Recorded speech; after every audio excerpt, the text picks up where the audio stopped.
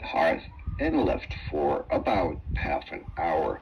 If the heat was too great, the burnt layer on the surface can be removed. Good after sunny afternoon in the radio garden. It's been very, very sunny quite a long time now. Today I thought I'd show you my new radio set. So I bought this off a nice chap in Carnforth, which is just up the road, Carnforth, Lancashire. And he imported it from Norway. He must have lived over there, and then he come over to the UK 51 years ago, and he brought it over with him. And he's used it in the UK. He's not used it for a while, so it's been in the loft. So I found it on Marketplace. He said last time he used it, it was working. The only thing he's altered in it is put probably because it's so old, needed a new wire, so he's put a new mains wire on it. And he said the on and off switch didn't work, so he put his own on and off switch there. Look. So I can hear you all asking, does it work? You know, before I go on the does it work thing, for anyone that doesn't know anything about valve radios, all valve radios are very dangerous things, and they're very easy to get electric shocks from, especially when they're old. Basically, there's inside they're in like a metal chassis, and if something goes wrong, that metal chassis can become electrified, and you'll get an electric shock that you'll never want again in your life. So if you turn this set round, where its mains goes in and you plug your aerial in, it's all metal, and that's the back of the chassis. So if something's gone wrong, you'll get a massive belt out of that. So if you buy something like that, pass it on to someone who knows what they're doing, and also don't go ratcheting inside with around of all the valves, because in layman's terms they store a lot of electricity. Things like my little radio like that, the chances of you getting an electric shock by opening that and fiddling in it are highly unlikely. Not going into the technical reasons why, but here they can store voltage for a long time. Even though you've turned it off, the voltage can be there for days, sometimes weeks, and it's not a shock that you want. So yeah, don't go fiddling with these. Obviously I was brought up by my granddad, so I kind of know enough to know what not to do, and I know not to touch certain things. I'll tell you, one day I did touch something that I shouldn't have done. Being 16, you tend to do that, and it wasn't nice, believe me, even though I've been told. Yeah, okay. So this is a RadioNet 13 model from Norway. I've looked up onto one of the radio history sites, and it's between 1943 and 46. Does it work? Well, kind of. He's right. He says it was working last time he used it. When you turn it on, it finds all the bands. You can hear it clicking through the bands and identifying them. You can hear all the crackling in the background, and the different. All frequencies sound slightly different, but it's not tuning in. So this is like a semicircle dial. You've got your long wave there, your medium wave there, and your short wave there. And there's a pointer at the bottom here that should go around and point to where you are on the what do you call it, radio spectrum. But that's not working. It's basically not tuning in, but it is working. So it should not have too much work done to it. So fingers crossed. And it's great. It's got an input. So you've got the 3 bands, and it's got what you call a gramophone input, which is basically what we know as an audio input. So it's called gramophones because people have been putting gramophone players into it. So when this came out, 43, 46, people were still listening to the vinyl record when it would come out, so they would have been putting a gramophone set into it. So it would have a 78's flying through its speaker. So it's just like a audio input on stuff that we know. So there is a awful trend at the moment, and people buy these things and rip the stuff inside it and put a Bluetooth speaker in.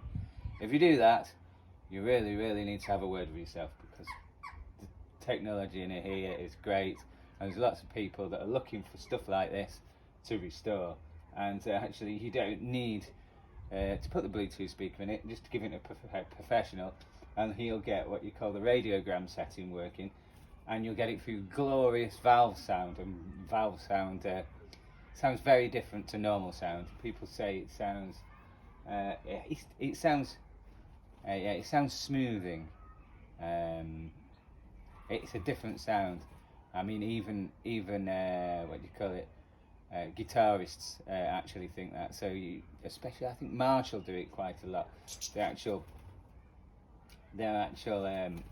the what you call it, the amplification output on some Marshall amplifiers, that will be transformer the modern way. So you whatever 100 watts going out of your speaker, that will be with the transformer. But the actual thing making the sound, and a lot of valve Marshall amps and other ones are still valve technology, because you just get such a deeper, different sound than you would in modern technology. So yeah, valves are cool, but also dangerous. So hopefully we'll pass this on to someone else and they'll get it going. I was hoping, as we know, or if you don't know, 198 long wave, which has been there since the 1930s, has been turned off by the end of June. I was always hoping to get 198 long wave on it, but I don't think I'll have it ready in time. It's quite sad that that's going, because it's been there for so long. If you want to get your old radios out and listen to 198 long wave before it disappears, it's got a lot of history. You can read a lot of articles online about it.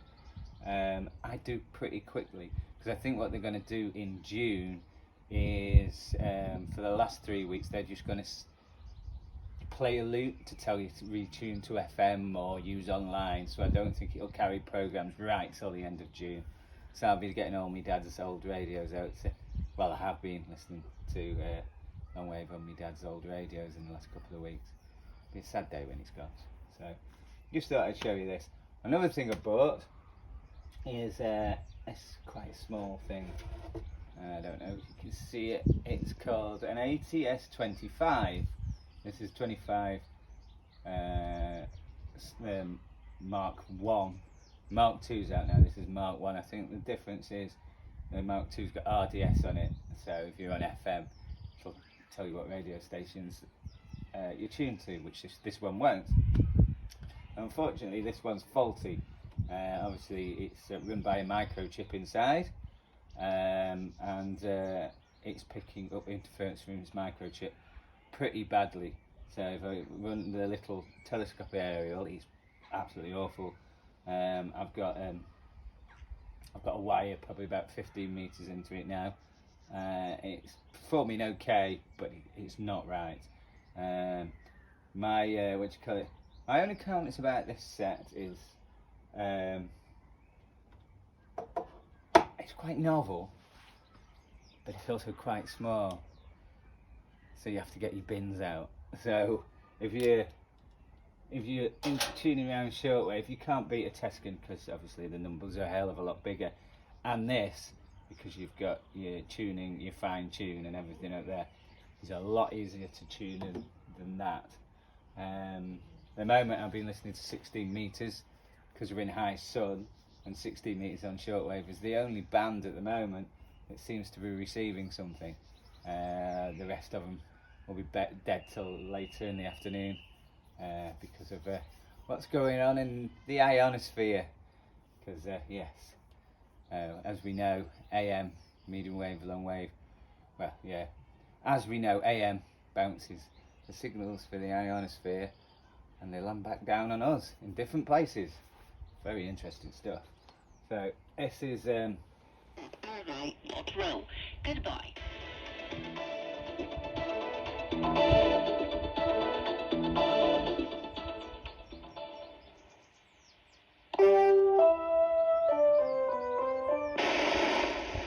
that's just stopped broadcasting. Now up here you get things like you get Radio China International, you get Radio Romania, that's what we're listening to this afternoon. You sometimes get the Voice of Turkey? You get that sometimes. Let's see what.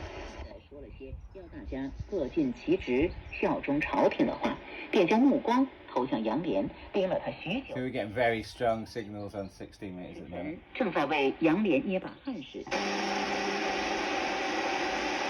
这样说。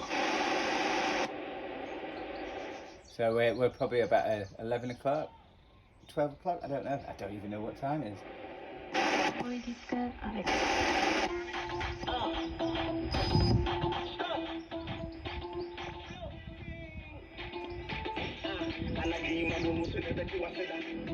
Hell knows what that is. 17,535.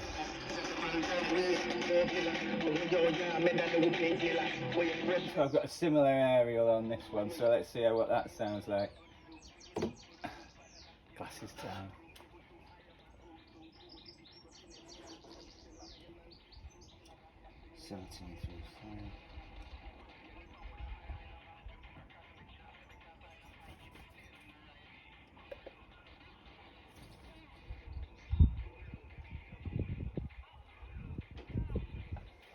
$17.5, anger. 17.5. Oh, just do it wrong.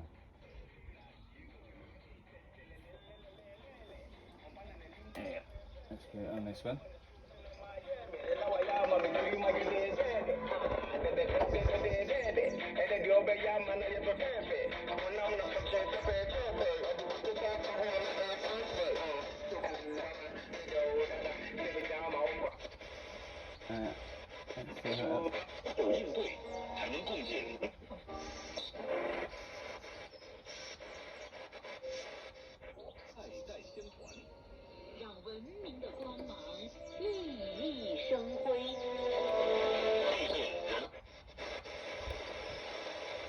As you can see from those little flicks, it's very, very similar. If I was walking around on the beach like I do, I'd take that. It's such a lot easier to tune than that. But they are quite novel. But yeah. And obviously the audio is a damn sight better on this. The only thing about the Tescan is they're not the best on long wave and medium wave, but short wave, brilliant. So yeah, I did before this video. That's really fiddly to tune around, and obviously I'm having the old eye problem.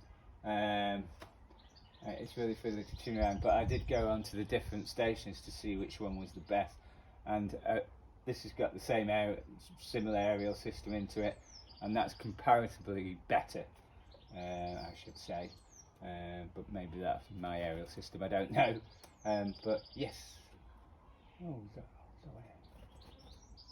sorry, you got a little sparrow just come into the garden.